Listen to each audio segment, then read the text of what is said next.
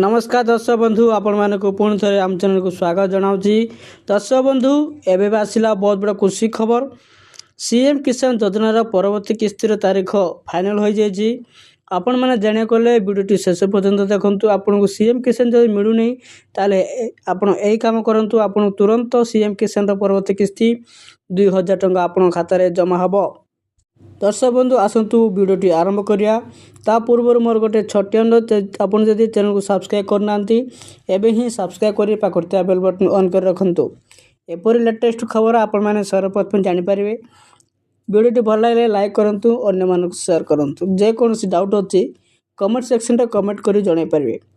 चलतु आ डेट नक वीडियोटी आरंभ करवा। दर्शक बंधु सीएम किसान योजना वर्ष को 2टी किस्ती 4000 टंका गोटे नुआखाई आ गोटे किस्ती अक्षय तृतीया दिन मिलूँ। यही मसरे अक्षय तृतीया आसवा जो अक्षय तृतीया आपण को समस्त चाषी भाई मानक सीएम किसान योजना 2000 टंका पुणी आपण खाता को जमा करा जिवो। एहा मध्य अक्षय तृतीया दिन आपण को मिलिबो।